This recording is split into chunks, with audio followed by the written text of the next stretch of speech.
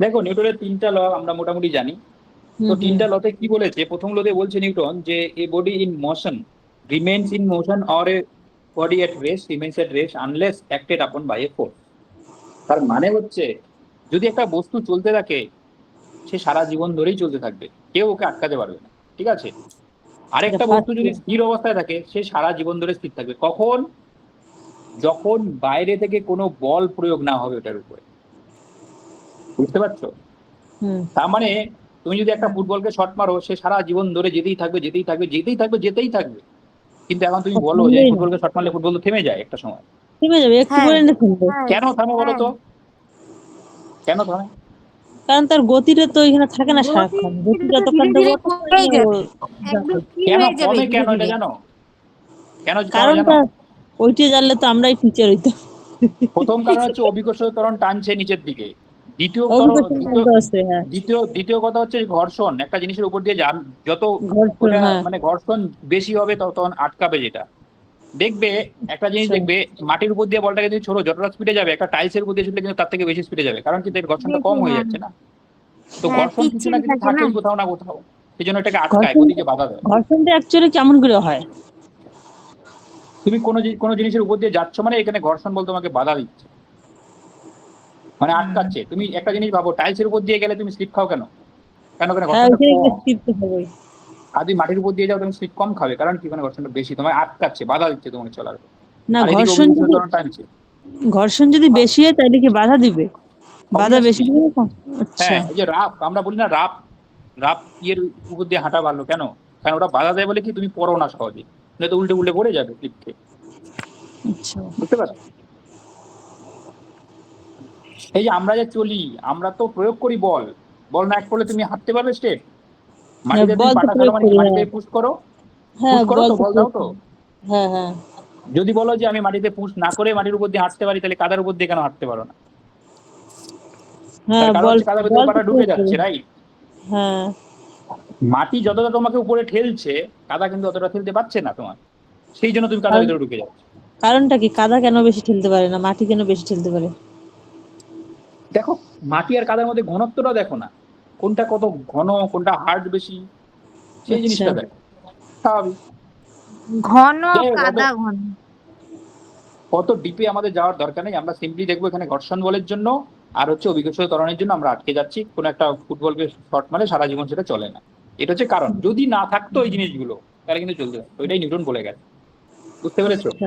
হুম, হুম, হুম। তাই হুম। নিউটনের গতিসূত্রকে বাংলায় কি বলবো?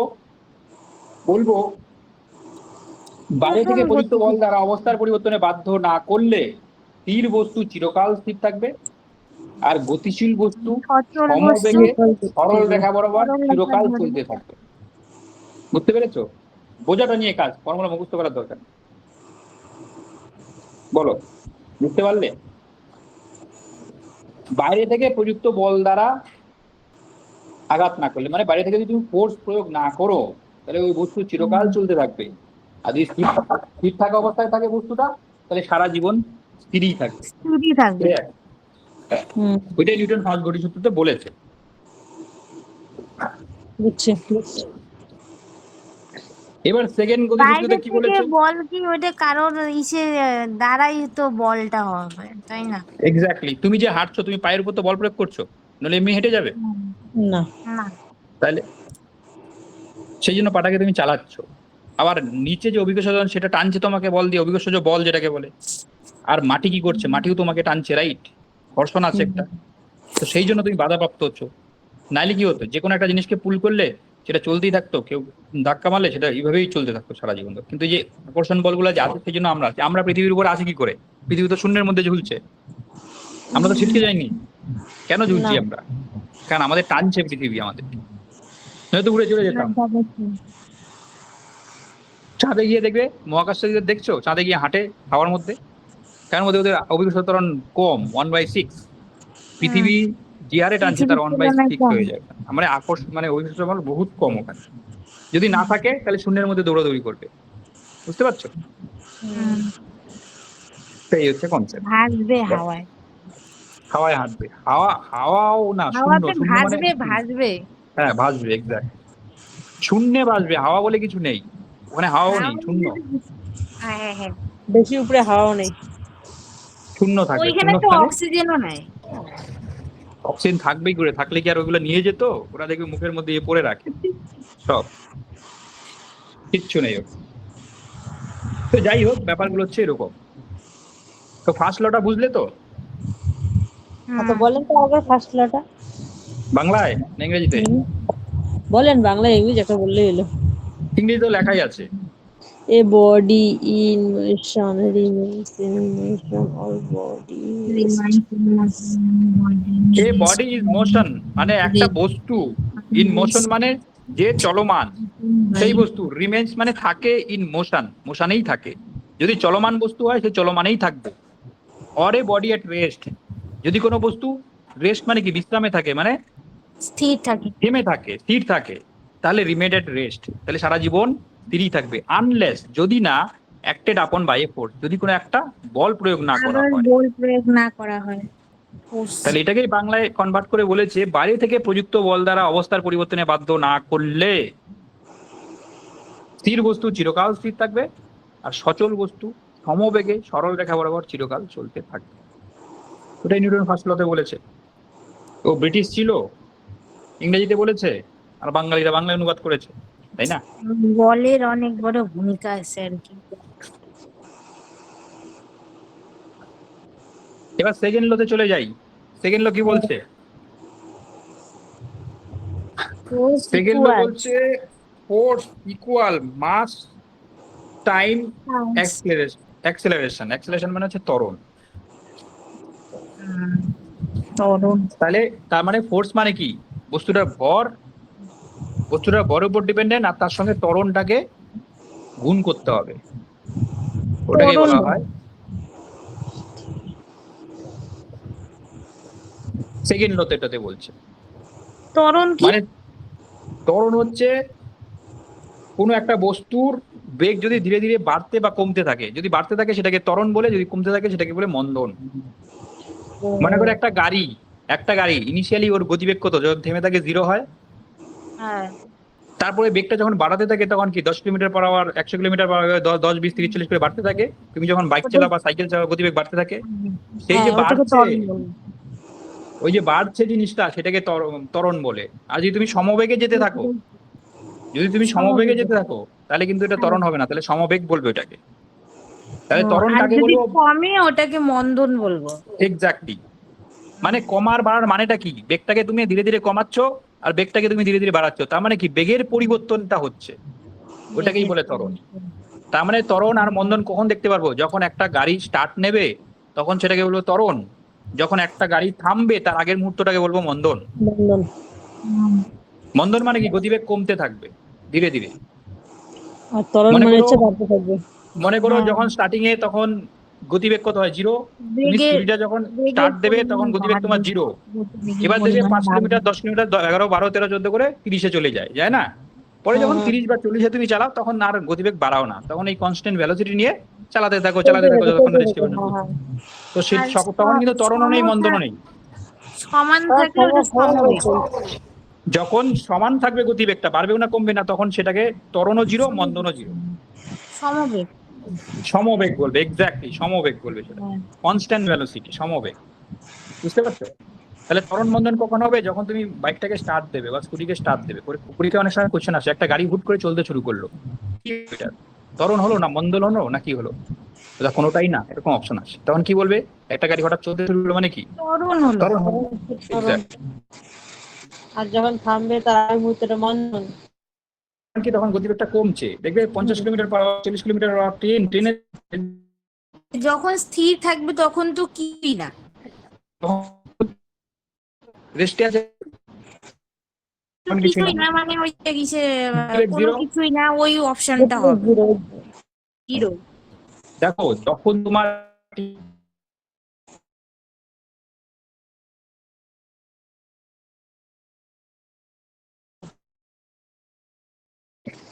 হ্যাঁ এরকম করে যত স্পিডে যাবে তত স্পিড, আবার থামা মুহূর্ত আসবে, শুরু হয়ে যায়। কেন? তার এই থেকে যে আস্তে আস্তে ইয়েটা করে, স্লোটা করে, তারপরে তো বন্ধ হ্যাঁ, করে।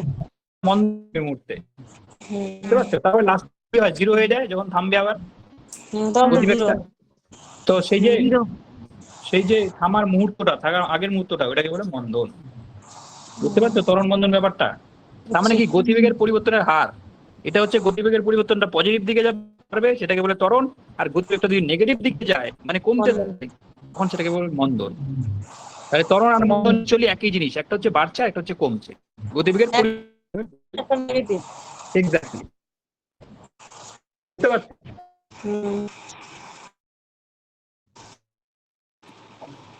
তো দুই নম্বর, 3 নম্বরে কি বলছে, ফর এভরি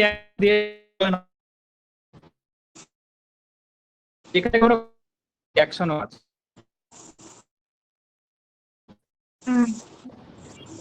অ্যাকশন সবসময় সমান ভ্যালু হয়, equal and opposite reaction, equal and opposite reaction.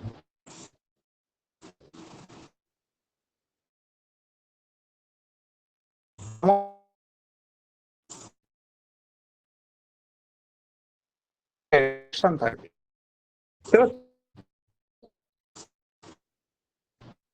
Details পরীক্ষা আসবে, অঙ্ক পরীক্ষা আসবে, বা এই ধরনের অ্যাপ্লিকেশন আমাদের বলতে হবে কি আছে। তো জাস্ট ফর্মুলাগুলো মানে জেনে রাখো যে কি। দেখো নিউটনের গতিসূত্র প্রথম যেটা দেখলাম সেটা থেকে আমি কি দেখলাম, যে বাইরে থেকে একটা জিনিস প্রয়োগ করা হচ্ছে, সেই জিনিসটার নাম কি? ফোর্স, বল। এটাকে বাংলায় বল। বলে বল।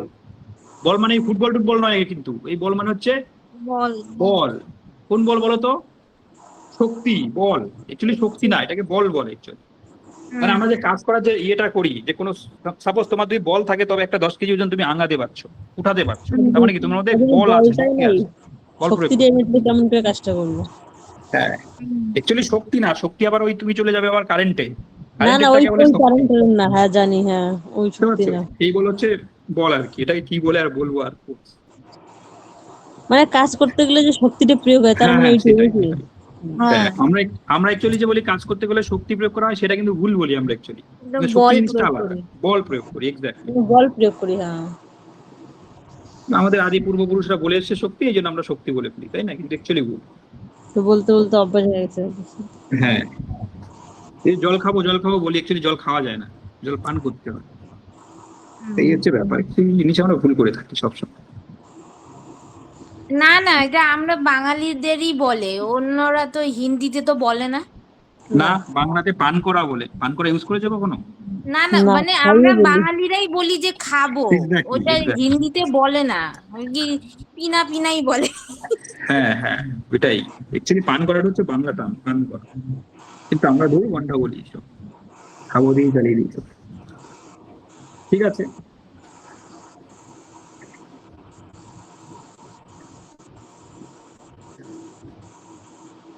তাহলে এখন ফার্স্ট লটা যে জিনিসটা আমাদের শিখিয়ে গেছে সেটা হচ্ছে, যদি একটা বস্তু স্থির অবস্থায় থাকে তাহলে এটা এখানেই থাকবে সারা জীবন ধরে, এখানেই থাকবে, থাকবে তো। যদি চলমান হয় তাহলে এটা সারা জীবন ধরে চলতেই থাকবে, যদি বাইরে থেকে বল না প্রয়োগ করা হয়। তাহলে এই যে এই জায়গায় বসে থাকবে জিনিসটা চিরকাল, যদি বল প্রয়োগ না করি, স্থির বস্তু সারা জীবন যে স্থির অবস্থায় থাকবে, বা চলমান বস্তু যে চলমান অবস্থায় রয়েছে, সেই ধর্মটাকে বলা হয় ইনার্শিয়া। কি বলবো?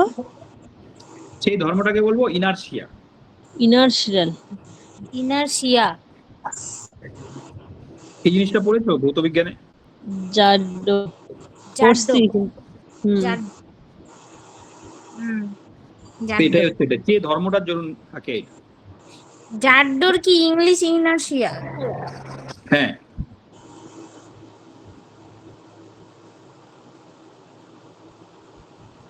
তাহলে আমাকে একটা জিনিস বলো, একটা গ্লাস আছে, এটা কিন্তু পরীক্ষায় এসেছিল কোশ্চেনটা। এই গ্লাসের উপরে তুমি একটা খাতার পেজ রেখে দিয়েছো, বা একটা কার্ড রেখে দিয়েছো। কার্ড বলতে থাকে না, লেটার লেখার যে কার্ড গুলো হয়, বা সামথিং একটা মোটা সামথিং কিছু একটা রেখে দিয়েছো। এবার আমাকে বলো, এখান দিয়ে তুমি আস্তে আস্তে করে ঠেলছো গ্লাসটাকে। তাহলে কিন্তু কাঠ শুদ্ধ গ্লাসটা চলে যাবে, যাবে কি না? হুম। কিন্তু আমি যদি এটাকে জোরে মারি তাহলে কিন্তু কাঠটা এখানে পড়ে যাবে আর গ্লাসটা এদিকে চলে যাবে। দেখেছো কখনো? গ্লাসটা নড়বে কেন ওইখান থেকে?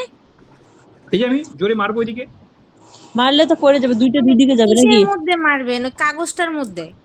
না গ্লাসটাতে। ও গ্লাসটাতে মারবেন, ও। হ্যাঁ, তাহলে কাগজটা কিন্তু নড়বে না, কাগজটা এখানে পড়ে যাবে, গ্লাসটা কিন্তু ওইদিকে চলে যাবে। কিন্তু তুমি যদি আস্তে হ্যাঁ। আস্তে করে হালকা হালকা করো তাহলে কি হবে, কাগজটা আর গ্লাসটা একসঙ্গেই যাবে। দেখেছো? হ্যাঁ একসঙ্গে হ্যাঁ পড়বে, হ্যাঁ হ্যাঁ। হ্যাঁ হ্যাঁ কেন স্পিডে হয় দিলে জানো? তাহলে দুটো দুই দিকে যাবে। কেন হ্যাঁ। হয় জানো? এই ইনার্শিয়ার জন্যই হয়, জাড্ড। আচ্ছা।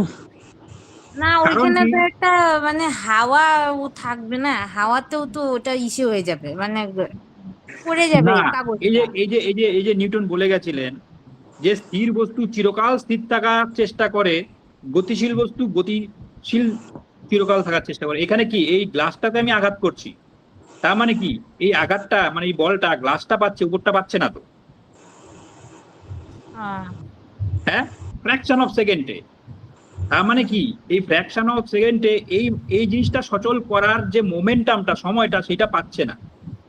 এখানে আচ্ছা আঘাতটা আচ্ছা যদি করছি, এটা আচ্ছা। সচল হওয়ার সময়টা পাচ্ছে না, ততক্ষণ এটা বেরিয়ে যাচ্ছে আর এটা পড়ে যাচ্ছে এখানে।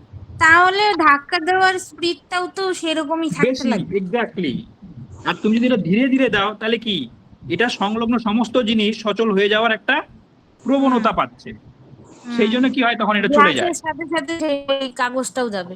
এক্স্যাক্টলি। আরেকটা উদাহরণ দিই তোমাকে, তুমি যখন বাসের সিটের মধ্যে বসে আছো, বাস যদি 90 কিলোমিটার বেগেও যায়, তুমি কিন্তু সিটে নড়াচড়াও করতে পারে, কিছু হবে না।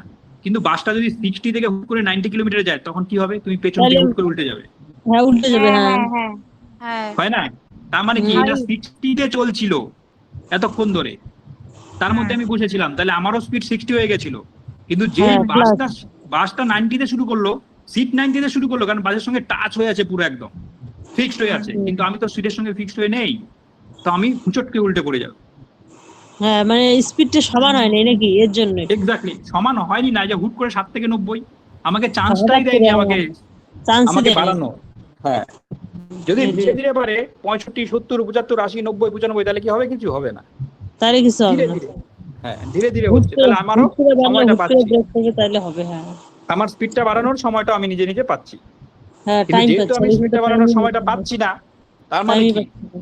তার মানে কি এটা এরকম হয়। আর যদি কোনো বাস দেখবে হঠাৎ করে তুমি বসে আছো স্থির অবস্থায় আছে, বাস হুট করে স্টার্ট দিয়েছো, তুমি পেছনের দিকে ঝুঁকে পড়ছো কেন? এই যে তোমার উপরের দিকে স্থিতিশীল ঝুঁকে পড়ে। স্থিতিজাড্য ধর্মটা বজায় রেখেছে। হুম। বুঝতে পারছো? এটাকে বলে ইনার্শিয়া। ঠিক আছে, বুঝতে পেরেছো ব্যাপারগুলো? হ্যাঁ। তো নিউটন এটাই ডিফাইন করেছে। কোথায়? নিউটনের ফার্স্ট লতে। ফার্স্ট ল।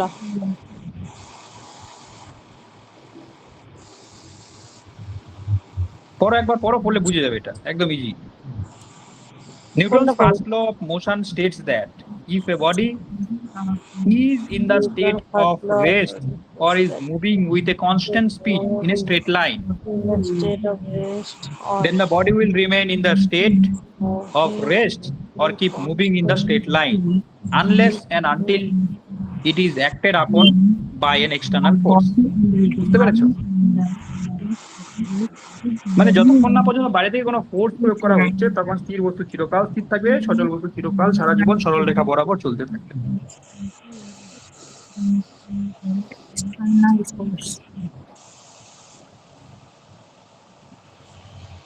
আর সেকেন্ড লটা কি বলেছে দেখো, সেকেন্ড লটা আমরা যেটা পড়েছিলাম এফ ইকুয়াল টু এম এ পড়েছিলাম না, সেকেন্ড লটা বলছে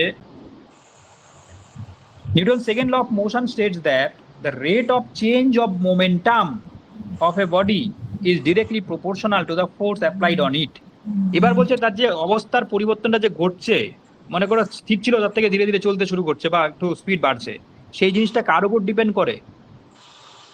সেই জিনিসটা ডিপেন্ড করে directly proportional to applied force. কি পরিমাণ বল প্রয়োগ করা হচ্ছে তার উপর ডাইরেক্ট প্রপোর্শনাল, মানে ফোর্স যদি বাড়ে তোমার মোমেন্টাম ও চেঞ্জটা বাড়তে থাকবে। ক্লিয়ার? আচ্ছা গ্লাসেরই সেটা তো। সে যে কোনো জিনিসেই, যেখানেই তুমি ফোর্স প্রয়োগ করছো, ফোর্স যত বেশি বাড়াবে তার মোমেন্টামটা তত বেশি বাড়বে। হ্যাঁ। বুঝতে পারছো? Directly proportional. and the momentum occurs in the direction of the net applied force. যেদিকে তুমি বলটা প্রয়োগ করছো সেই ডাইরেকশনেই তোমার কি হবে, মোমেন্টামটা হবে। একটা গ্লাসকে তুমি এইদিকে ধাক্কা দিচ্ছ, গ্লাসটা নিশ্চয়ই ওইদিকে যাবে না, যাবে? না, ওইদিকে পড়বে, ওইদিকেই হ্যাঁ। যেদিকে ধাক্কা দিছে ওইদিকেই যাবে। এটাই বলছে যে সেম ডিরেকশন, দেখো in the direction of the net applied force, যেদিকে তুমি ফোর্সটা অ্যাপ্লাই করছো সেদিকেই যাচ্ছে। যেদিকে ফোর্স করবো ওইদিকে না হবে, হ্যাঁ। এক্স্যাক্ট।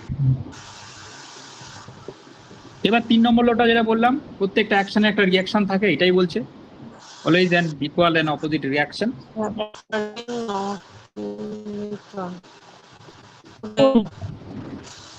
ওই তো পিডিএফ তোমার কাছে আছে, তো ডাউনলোড করতে পারো বা এখানে দেখো যা খুশি।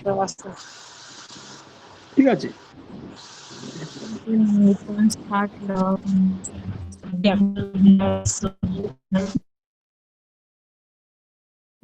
of opposite reaction. তুমি যখন একটা কিছুকে ধাক্কা মারবে, সাপোজ একটা বস্তু আছে, তুমি এখানে ধাক্কা মারছো, কেউ তো তোমাকে ধাক্কা দিচ্ছে। তুমি যদি বলো না ও ধাক্কা দিচ্ছে না, গাছকে ধাক্কা মারছি ধাক্কা দিচ্ছে না, কিন্তু দিচ্ছে, না দিলে তুমি হাতে ব্যথা পাচ্ছ কেন? হ্যাঁ, দিচ্ছে তো? ব্যথা তো পাই। হ্যাঁ, এটাই হচ্ছে কারণ, কারণ ও তোমাকে ধাক্কা দেবে, মানে আলটিমেট তুমি বাধাপ্রাপ্ত হবে। মোট কথা, ধাক্কা দেওয়া মানে কি, আলটিমেট তুমি বাধাপ্রাপ্ত হচ্ছ। বাধাপ্রাপ্ত হচ্ছে, হ্যাঁ। সেটাই, সে যেখানেই দাও না কেন, প্রত্যেকেই অপোজিট ডিরেকশন। একটা তুমি যদি জোরে ধাক্কা দাও, তুমি কিন্তু জোরে, বেশি জোরে ব্যথা পাবে। কেন? কারণ ও তত জোরেই তোমায় আঘাত করছে। তুমি যদি আস্তে করে দাও, ও কিন্তু আস্তে করেই দেবে, তাই না?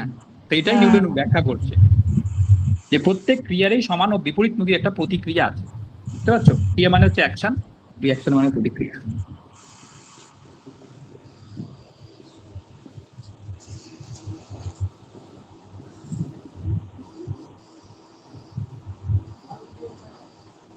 একটু আগে বলেছিলাম যে বস্তুটা যেখানে থাকবে সেই অবস্থায় থাকার চেষ্টা করে, যদি বাইরে থেকে প্রযুক্ত বল না দেই, সেটাকে বলো ইনার্সিয়া, মানে জাড্য।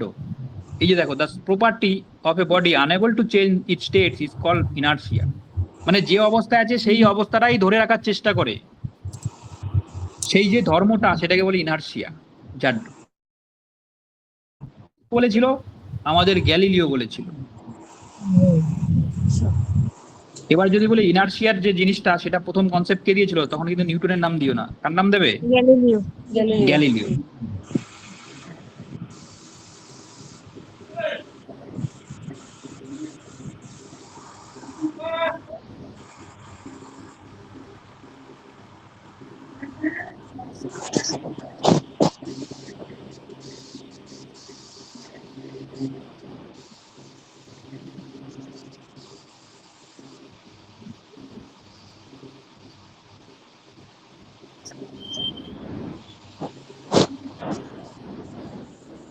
যাই হোক, এখান থেকে এই গ্যালিলিওর নামটা আসলে আসতে পারে।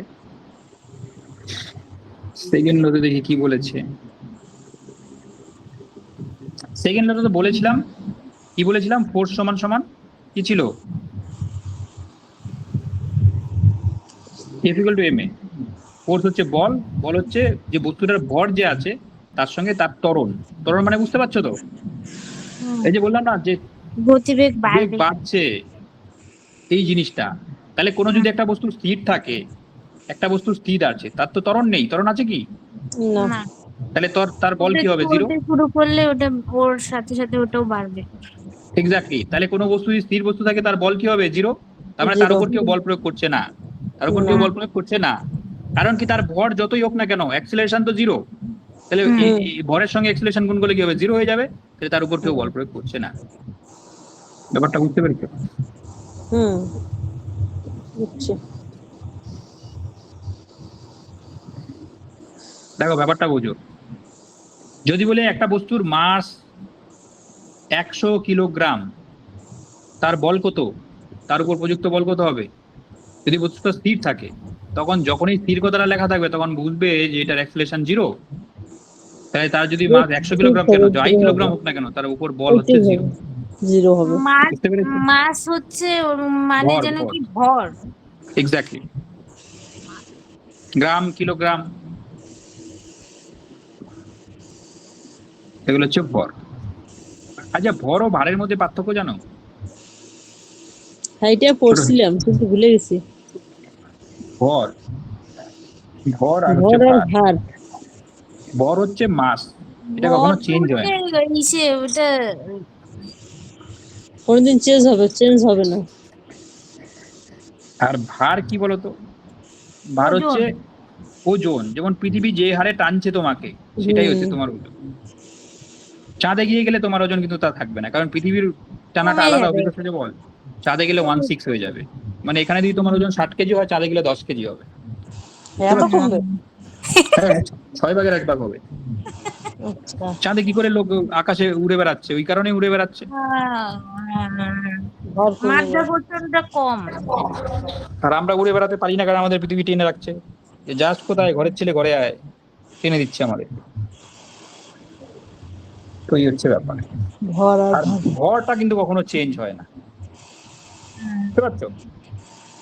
মাস মানে তোমার মধ্যে যে মাসটা আছে, ভারটা যেটা আছে, মানে ভরটা যেটা আছে, সেটা কখনো চেঞ্জ হয় না, কিন্তু ভার কিন্তু চেঞ্জ হয়। কারণ ভারটা ডিপেন্ড করে কার উপর? অভিকর্ষ ত্বরণ যে হারে তোমাকে টানছে। তো এই যে অভিকর্ষ ত্বরণ পৃথিবীর ক্ষেত্রে সেটা হচ্ছে 9.81 সিজিএস পদ্ধতিতে, আর এসআই পদ্ধতিতে হচ্ছে 981। বুঝতে পারছো? এগুলোতে আসবো, ধীরে ধীরে আসবো। তাইলে ভরটা কি কোনোদিন চেঞ্জ হবে না? যেমন কি একটা উদাহরণ তো দেন ভালো করে। ভরটা কখনো পরিবর্তন হবে না। ভরটা কোনো যে পরিবর্তন হবে না, যেমন এক্সাম্পল কি, একটু এক্সাম্পল দিয়ে ভালো করে বুঝিয়ে দেন। সাপোজ এই যে তোমার তোমার ভার, তোমার ভর যদি মনে করো এখানে একটা কিছু আছে, সাপোজ তোমার ভার যদি 100 গ্রাম আছে বা 100 কেজি, যাই হোক না কেন, চাঁদে গেলেও 100 কেজি থাকবে। কিন্তু ভারটা ভর যেটা গ্রাম ভরটা ওয়েট যেটা, ওইটাই সেটা থাকবে। পরিবর্তন হবে। হ্যাঁ, ওইটার মানে পরিবর্তন হবে, 6 ভাগ, 1/6 হবে নাকি? এক্স্যাক্টলি, সেটা ভারটা হবে। ভারটা হবে কিন্তু ভরটা হবে না। এক্স্যাক্টলি, ভর যেটাই থাকবে পৃথিবীতে যেটা, চাঁদে গেলে ওইটা। হ্যাঁ, সব জায়গাতেই, মহাবিশ্বের যে যেখানেই কোনো যাও। জায়গায়। হ্যাঁ, হ্যাঁ। কোনটাকে ভর বলবো? দেখো, ইউনিট দেখলেই বুঝতে পারবে। একটা হচ্ছে কেজি ওয়েট, আচ্ছা এটা আচ্ছা। হচ্ছে অভিকর্ষ ত্বরণ, গুণ করতে হয় ও, এটার সঙ্গে। আর কেজি যেমন যেটা, সেটা এক হচ্ছে ভর। কেজি 1 কেজি থাকবে চিরকাল, এরকমই হ্যাঁ ব্যাপার হ্যাঁ, করে। সেটাই। আর তো এটা অভিকর্ষ হ্যাঁ। ত্বরণের সঙ্গে গুণ করো, কেজি ওয়েট হয়ে গেল ভার, এটা পরিবর্তন হয়। বুঝতে পারছো? এগুলো অঙ্ক আছে তো। সব আছে। তাইলে আমরা কি শিখলাম এখানে? বল, বল সমান সমান কি শিখলাম? ভর ইন্টু এক্সেলারেশন, ভর ইন্টু ত্বরণ। কি শিখলাম? ত্বরণ। ভর ইন্টু ত্বরণ।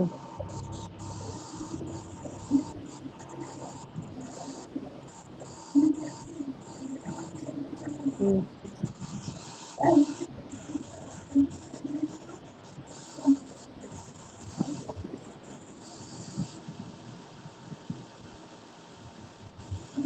তাহলে আমরা এখানে কি দেখতে পাচ্ছি? এফটা হচ্ছে অ্যাপ্লাইড ফোর্স, মানে বল যেটা, আর এদিকে এক্সেলারেশন হচ্ছে এ, আর হচ্ছে মাস হচ্ছে তোমার ভর। এবার আমরা এখান থেকে কিন্তু বলের একটা একক পাবো। বলের কি পাবো? একক পাবো। বলের তাহলে একক। বলের এককটা কি হতে পারে? এক্সেলারেশনের একক যা আছে আর মাসের একক যা আছে, তার গুণফল।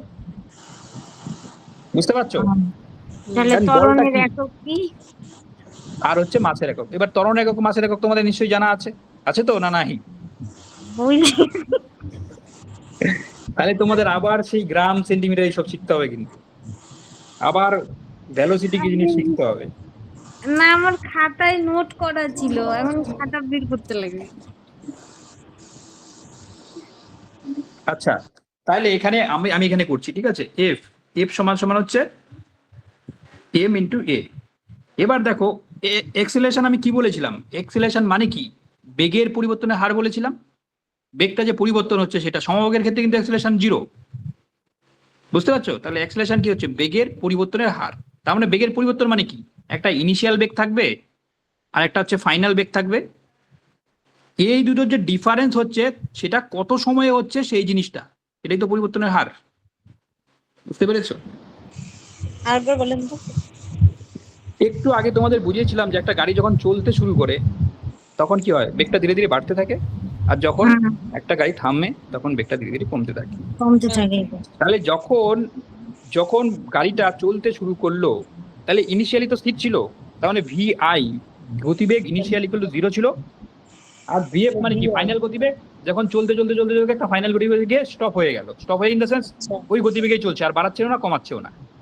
তার মানে যে বেগ ইনিশিয়াল থেকে বেগ ফাইনাল হলো, সেই যে পরিবর্তনটা, সাপোজ এখানে 0 ছিল ইনিশিয়ালি আর সেটা হয়ে গেল 10 কিলোমিটার পার আওয়ার, তাহলে ইনিশিয়াল আর ফাইনালের মধ্যে ডিফারেন্সটা কত? 10। 10 হ্যাঁ কত সময়ের মধ্যে হয়েছে? সাপোজ 5 সেকেন্ডের মধ্যে হয়েছে, 5 সেকেন্ড। তাহলে তোমার ত্বরণটা হয়ে যাবে 2। হ্যাঁ ত্বরণটা কি আচ্ছা, হবে? 2 2 হয়ে যাবে। তাহলে এককটা কি হবে এবার বলো তো? এবার বড় কোশ্চেন, এককটা কি হবে? এখানে কি একক? হলো ত্বরণের একক। 10 আর কি হলো 5 মানে 5 সেকেন্ডে গেল নাকি? আর 10 টাইম একক 5 দুগুণে 10 2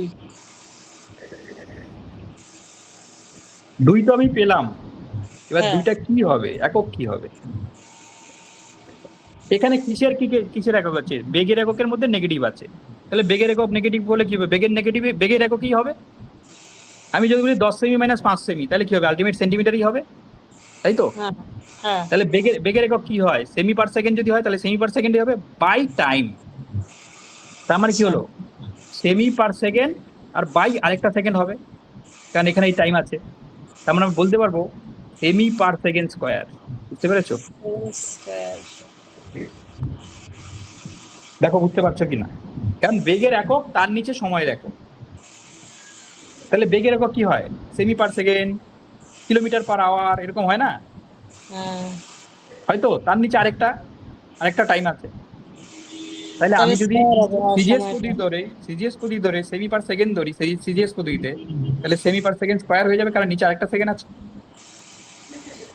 ব্যাপারটা বুঝেছো? হ্যাঁ হ্যাঁ হ্যাঁ বুঝছি। কমলিকা বুঝতে পেরেছো? না বোঝনি? তোমাকে ফার্স্ট জানতে হবে বেগের একক কি আর সময়ের একক কি। আমাকে বলো তো বেগের একক কি? বাইক স্কুটি চালাও, গাড়ি টাড়ি চালাও, বলো বেগের একক। কিলোমিটার। না, কিলোমিটার তো একটা ডিস্টেন্স। আমরা বলি না গাড়িটার গতিবেগ 30, মানে কি? 30 কিলোমিটার পার আওয়ার। আচ্ছা কিলোমিটার পার আওয়ার। হ্যাঁ, এবার তুমি যদি সিজিএস পদ্ধতি দেখো, কি হবে? সিজিএস পদ্ধতিতে centimetre per per hour, second, second. Second, ঠিক আছে? তাহলে সেন্টিমিটার পার সেকেন্ড হচ্ছে সিজিএস পদ্ধতি, আর এসআই পদ্ধতি হচ্ছে কিলোমিটার পার আওয়ার বা কিলোমিটার পার আওয়ার সেকেন্ড, যাই বলো না কেন, ঠিক আছে? কারণ সময়ের একক সবসময় যে এককেই থাক না কেন, সবসময় এটাকে সেকেন্ডেই প্রকাশ করে। অ্যাকচুয়ালি আমরা বলার সময় আওয়ার বলি ঠিকই, কিন্তু অ্যাকচুয়ালি তুমি যে কোনো পদ্ধতিতে যাও না কেন, সময়ের একক অলওয়েজ সেকেন্ড। তোমাদের আমি বলেছিলাম একবার যে সময় একক সবসময় চেঞ্জ হয় না, কখন সবসময় সেকেন্ডই হয় যে পদ্ধতি যাও। বলেছিলাম না ওই যে এমএলটি করার জন্য যখন আমরা মাত্রা শিখেছিলাম, মনে আছে? মাত্রা হ্যাঁ হ্যাঁ, বলের মাত্রাও শিখিয়েছিলাম ওখানে, তো এখানেও আমি মাত্রাও শিখে যাবো, এখানে চাপ নেই। 4 মাস আগে। হ্যাঁ, সে যাই হোক, তাহলে এখানে বেগের একক কি পেলাম? সিজিএস পদ্ধতি আমি করি, বাকিগুলো আমি পরে করব। সেমি পার সেকেন্ড পেলাম। এবার বেগের ডিফারেন্স যদি হয় তাহলে সেমি পার সেকেন্ডেই থাকবে, তাই তো? বেগের ডিফারেন্স যদি করি, ইনিশিয়াল বেগ মাইনাস ফাইনাল বেগ, মানে কি? বেগের পরিবর্তন যেটা, সেটা তো তাহলে সেমি পার সেকেন্ডেই হবে, রাইট? একটা জিনিস থেকে আরেকটা জিনিস বিয়োগ করলে কি হয়? একক কি চেঞ্জ হয় না? একক কখন চেঞ্জ হয়? একক চেঞ্জ হয় কখন? যখন গুণ করবে বা ভাগ করবে, তাই না? তাহলে এখানে সময় দিয়ে ভাগ করা আছে, কি দিয়ে ভাগ করা আছে? তার মানে আমি কি পেলাম এখানে? আমি এখানে কি পেলাম বলো তো? সেমি পার সেকেন্ড পেলাম, তার নিচে আরেকটা সেকেন্ড হবে, কারণ কি সময় দিয়ে ভাগ করা আছে। হ্যাঁ হ্যাঁ বুঝছি, এর জন্য ডাবল হলো। এক্স্যাক্টলি। তাহলে ত্বরণের একক কি হবে? Semi per second square. বুঝতে পারছো? তাহলে আমাকে বলো, মাত্রাতে চলে আসি, তোমাদের ওই আগের চ্যাপ্টারের জিনিসটাও করিয়ে দিই। তাহলে সেমি পার সেকেন্ড মানে কি? সেমি হচ্ছে একটা ডিস্টেন্সকে কি বলেছিলাম? এল দিয়ে। আর পার সেকেন্ড মানে কি? টি টু দি পাওয়ার -1, এটা হচ্ছে মাত্রা। দেখো বুঝতে পারছো কিনা? এল টি টু দি পাওয়ার -1 হচ্ছে বেগের মাত্রা। কি বললাম? এল হচ্ছে লেংথ হচ্ছে সেমি, আর টি হচ্ছে নিচে টি আছে, সেই জন্য টি একটাই টি হবে সেকেন্ড, সেই জন্য টি-1। এবার যদি এটার ক্ষেত্রে দেখো মাত্রা, তাহলে কি হবে বলো তো? এল টি-2। দেখো বুঝতে পারছো? তাহলে যদি বলে ত্বরণের মাত্রা কি, তাহলে কি হবে? এল টি-2। এল টি -2 হচ্ছে ত্বরণের মাত্রা। এক্স্যাক্টলি। এবার আমরা আমাদের প্রসঙ্গে আসবো, সেটা হচ্ছে বল, ফোর্স। ফোর্সে কি ছিল? Mass into acceleration. তাহলে মাস কি ছিল আমাদের? মাস মানে কি? ভর। ভরের কি বলেছিলাম? ভর। 3 গ্রাম। গ্রাম। আর এটা কি দেখলাম? Semi per second square. Semi per second square. হ্যাঁ, তাহলে বলের একক কি হবে? গ্রাম সেমি পার সেকেন্ড স্কোয়ার। বুঝতে পেরেছো? এবার বলের মাত্রা কি হবে বলো? গ্রাম। ওজনকে কি বলে? গ্রামটাকে, গ্রামটাকে এম দিয়ে প্রকাশ করেছিলাম, মনে নেই? মাস। মাস। আর দৈর্ঘ্যকে এল, আর টি হচ্ছে -2। দেখো এইটুকু তো আমরা জানি, কারণ অ্যাক্সেলারেশনে শিখলাম। এবার এটা অ্যাড হয়ে গেল আর কি, জাস্ট। তাহলে ml t -2 কি বললাম? mlt minus 2। তাহলে ml t -2 কার একক? বলের একক। কিসের একক? একক না মানে মাত্রা, বলের, বলের মাত্রা force। হবে, তাই তো, বলের মাত্রা। হ্যাঁ। হ্যাঁ, আর একক যদি বলে এটা, দেখো প্রিভিয়াস ইয়ার্স গুলোতে বহুবার এসেছে এই কোশ্চেনটা, বহুবার এসেছে। বলের মাত্রা কি? বিভিন্ন ধরনের এক্সামে দেখো পাবে। এবার বুঝতে পেরেছো? তাহলে বলের মাত্রা জানতে গেলে আমার গতিবেগ জানতে হবে, মাস জানতে হবে, এককগুলো জানতে হবে, তারপরে বলের মাত্রা আসবে। ক্লিয়ার? দেখো ডাউট থাকলে বলো, এখান থেকে অঙ্কও পাবে।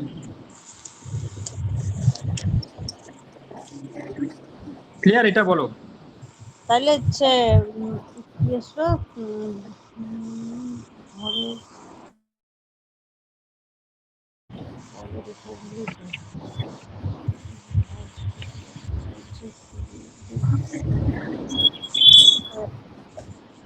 আচ্ছা,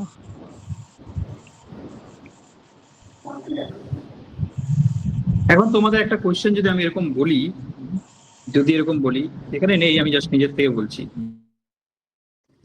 তবু বস্তু স্থির অবস্থায় আছে, একটা গাড়ি স্থির অবস্থায় আছে, তাকে 5 সেকেন্ড ধরে বল প্রয়োগ করাতে তার গতিবেগ 30 মিটার পার সেকেন্ড হলো। তাহলে প্রথমে স্থির অবস্থায় ছিল একটা বস্তু, 5 সেকেন্ড ধরে বল প্রয়োগ করে 30 মিটার পার সেকেন্ড হলো। তাহলে ওই বস্তুর উপর প্রযুক্ত বলের পরিমাণ কত বার করতে পারবে? এটাই হচ্ছে অঙ্ক পরীক্ষায় থাকবে। কাটাকাটি করলে হবে কি? 6।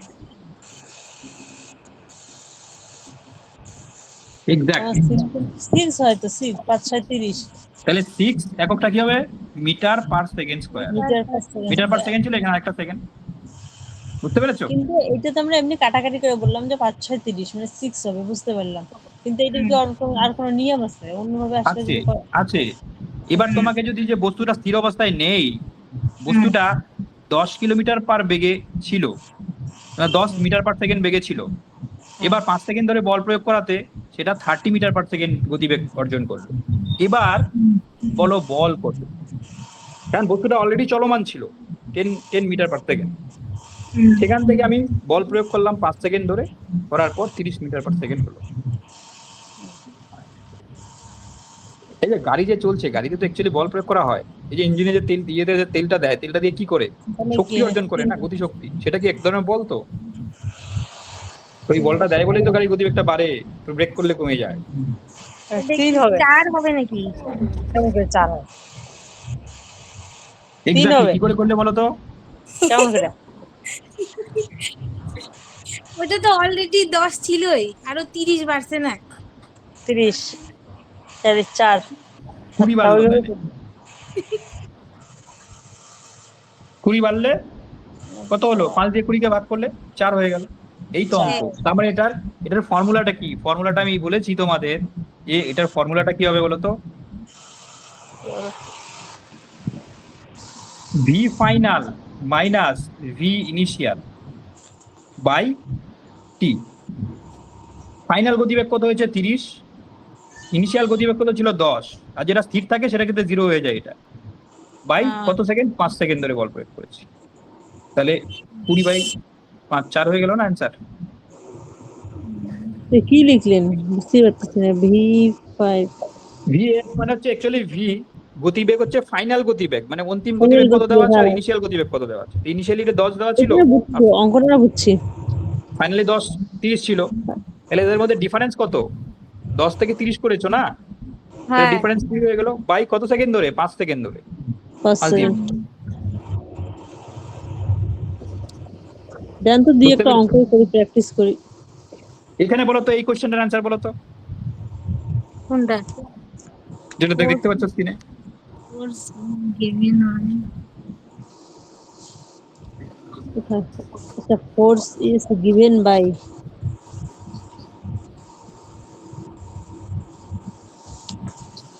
wall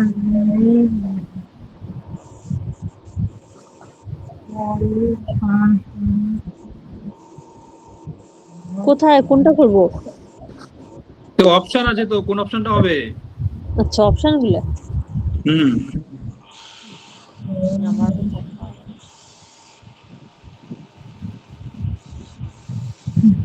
M A এক্স্যাক্টলি, এই তো এটা এতক্ষণ ধরে পড়াচ্ছি। এম এ হবে তো, হ্যাঁ হ্যাঁ এটা তো সেটাই মাইনাসটা তো, হবেই না। হ্যাঁ, হ্যাঁ M A এটা হবে না। বুঝতে পারছো?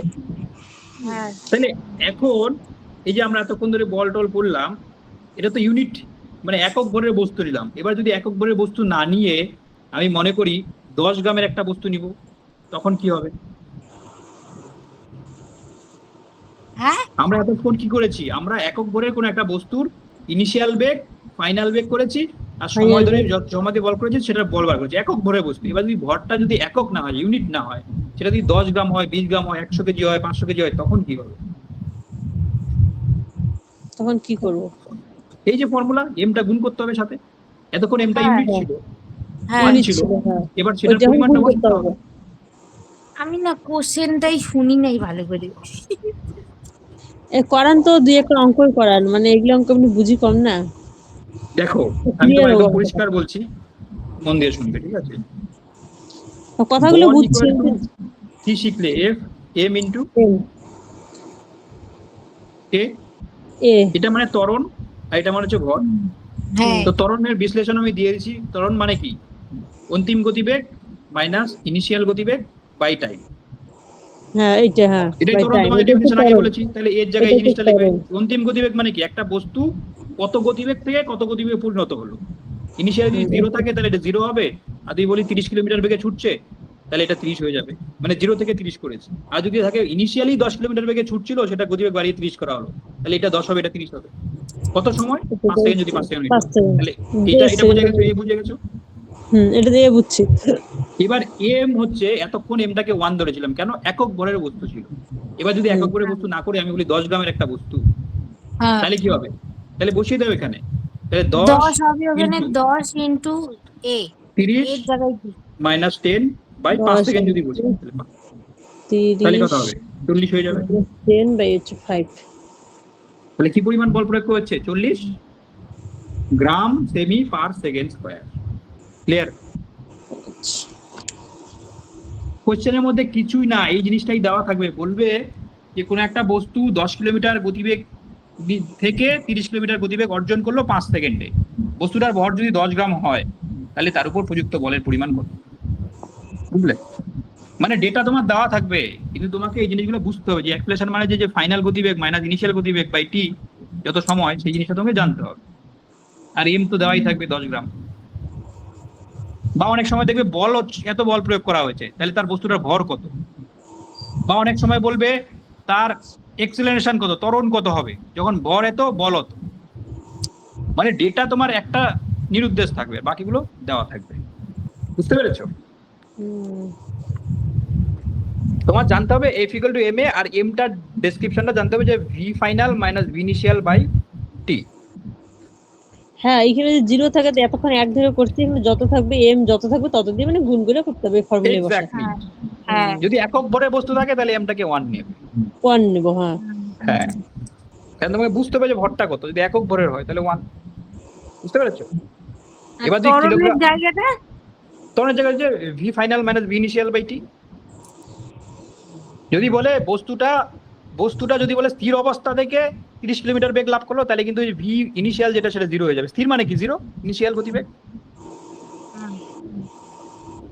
বুঝতে পেরেছো? আর যদি বলে যে 10 কিলোমিটার বেগে চলমান বস্তু তাহলে ওইটাও 30 করতে কিলোমিটার বেগ হবে। অর্জন করলো, তখন ওই 30 মাইনাস 10 করতে হবে।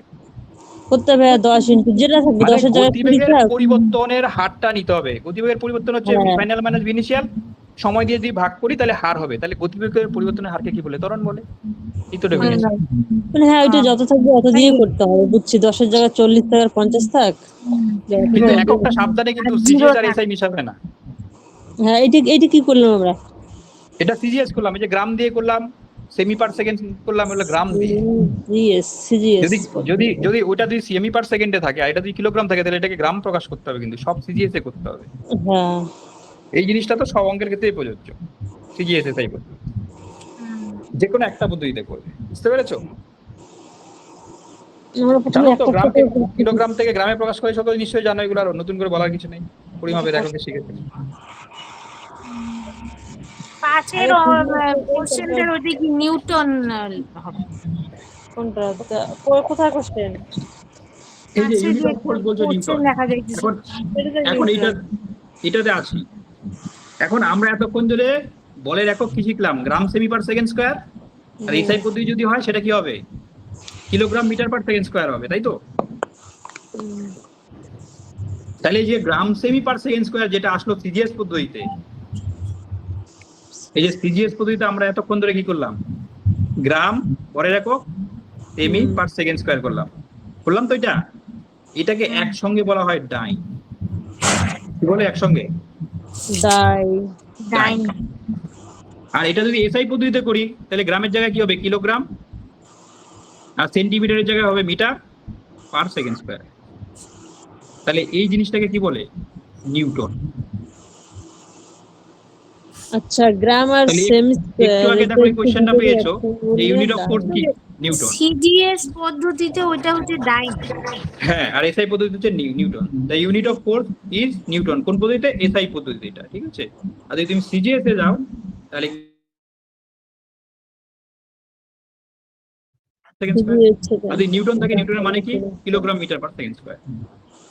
Kilogram metre per second square. Square. বুঝতে এটা পেরেছো? কিসের?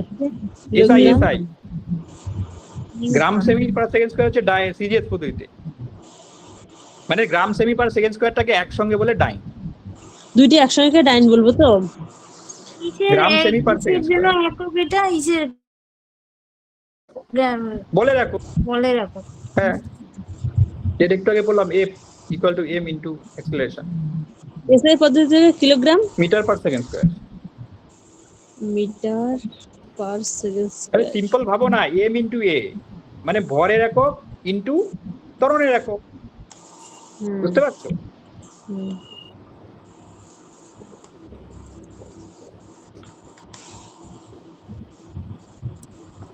ক্লিয়ার? বলো। এগুলোই পরীক্ষায় আসছে, দেখো এই কোশ্চেন গুলোই পরীক্ষায় আসছে। এই যে একটু আগে যেটা দেখলে, এটা নিউটন অনেক সময় ডাইনও থাকবে, বলবে সিজিএস পদ্ধতিতে ফোর্সের একক কি হবে, তখন কিন্তু ডাইন অপশনে থাকবে। বুঝতে পারছো? আর এই পদ্ধতিতে নিউটন। এইখানে তো কিছু দেওয়াই নাই। এখানে পদ্ধতি দেয়নি, কারণ হ্যাঁ এখানে ডাইন ডাইন তো অপশনে নেই। তাহলে হ্যাঁ। পদ্ধতি দিলেই কি না দিলেই কি? নিউটন একটাই অপশন আছে, ডাইন অপশন থাকতে পারতো, কিন্তু একসঙ্গে দুটো অপশন দেবে না। যদি এসআই পদ্ধতি বলতো তাহলে কিন্তু ডাইন ডাইন অপশনটাও দিতে পারতো। ওইটা তো জানতে হ্যাঁ হবে। এক্স্যাক্টলি, দুটোই তোমরা শিখে গেলে, ডাইন নিউটন দুটোই। হুম। বুঝলে?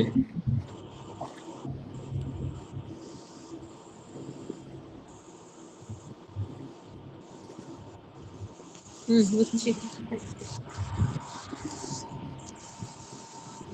ওখানে কি কে বল ফোর্স ইজ এক্সার্টেড ইন কোন ডাইরেকশন যাবে? অল ডাইরেকশন না মাল্টি ডাইরেকশন না স্পেসিফিক ডাইরেকশন? বলো তো। বলে কিক করলে, একটা বলকে ফুটবলকে শট মারলে, তাহলে বলটা কি কোন দিকে যাবে? পেছন দিকে, সামনের দিকে, এদিক ওদিকে, না একই দিকে? সামনের দিকে যাবে, মানে স্পেসিফিক ডাইরেকশনে যাবে, যেদিকে বলটা প্রয়োগ করবে সেই ডাইরেকশনে, তাই তো? যাবে। হ্যাঁ মাল্টি ফোর্সে যাবে না, অল ডাইরেকশনেও যাবে না, তাই তো? তাহলে অ্যান্সার হবে স্পেসিফিক ডাইরেকশন।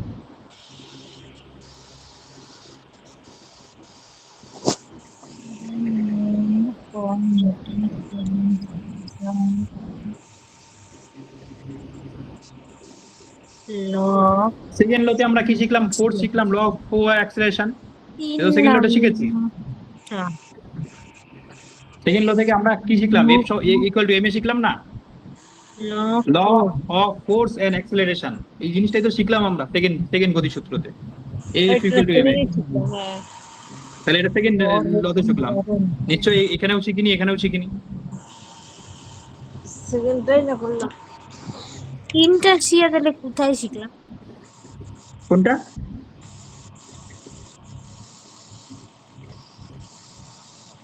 তিনটে কথা, দুইটাই না শিখলাম, ফার্স্টটা আর সেকেন্ডটাইতে না এগুলো আসলো, ত্বরণ, ভর। না 3 না, নম্বরটা ওই হচ্ছে যে অ্যাকশনের অপোজিটে রিঅ্যাকশন, হ্যাঁ ওইটা হচ্ছে থার্ড। ওটা হচ্ছে থার্ড। আর ফার্স্টটাতে কি করলাম? জাড্ডো শিখলাম, জাড্ডো। জাড্ডো, ফার্স্টটাতে জাড্ডো শিখলাম। স্থির বস্তু চিরকাল স্থির থাকবে, সচল বস্তু চিরকাল সচল হ্যাঁ। থাকবে, আর সেটা কি হচ্ছে জাড্ডো। সেকেন্ড সেকেন্ডটাতে গতিসূত্র শিখলাম শিখলাম ত্বরণ, ফোর্স আর ভর। অ্যাক্সেলারেশন, ত্বরণ। হ্যাঁ, এগুলোই না আর শিখলাম। থার্ডটাতে কি শিখলাম?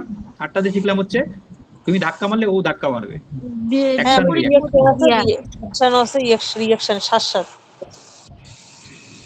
The sum of all force acting on a body, body, net force বলে এটাকে, ঠিক আছে, এটাকে জেনে নাও।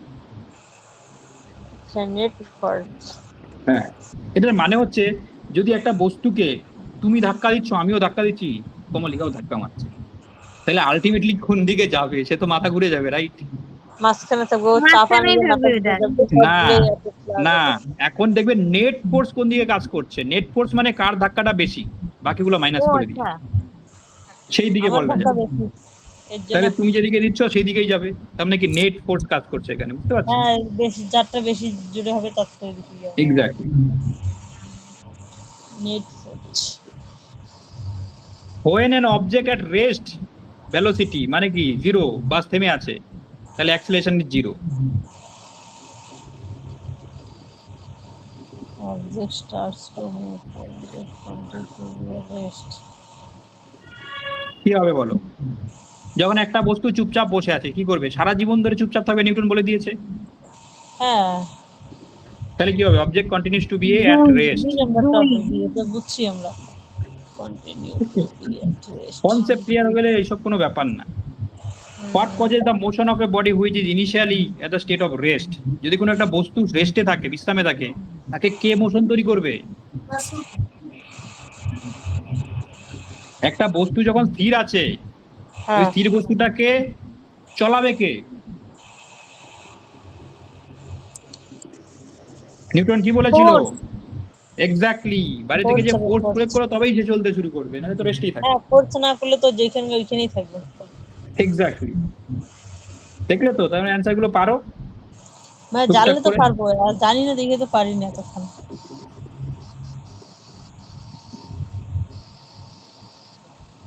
নিউটনের 3 নম্বর গতিসূত্র কি বলছে? Why does ওই লাস্টের নাকি এক্স্যাক্টলি, or river action এখানে আনইকুয়াল আছে, equal এখানে নো and আছে, objective action? এখানে এই বলছে লাস্টেরটাই হবে ইকুয়াল এন্ড অপোজিট। এখানেও অ্যাকশন, এখানেও অ্যাকশন, এখানে রিঅ্যাকশন হবে, বুঝতে পারছো? হ্যাঁ, তো অ্যাকশন আর রিঅ্যাকশন না থার্ড ল। রিঅ্যাকশন। এইটা কি? এখন মোটামুটি বুঝলাম। ইনারশিয়া, ইনারশিয়া, ইনারশিয়া কে বলেছিল?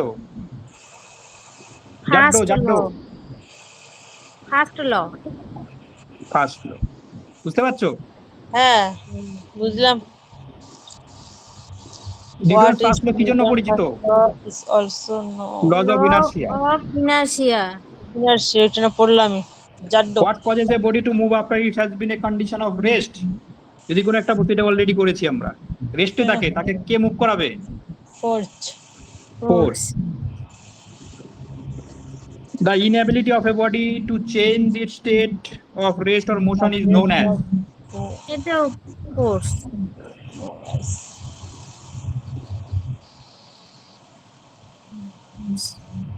The inability of a body to change its state of rest or motion is known as?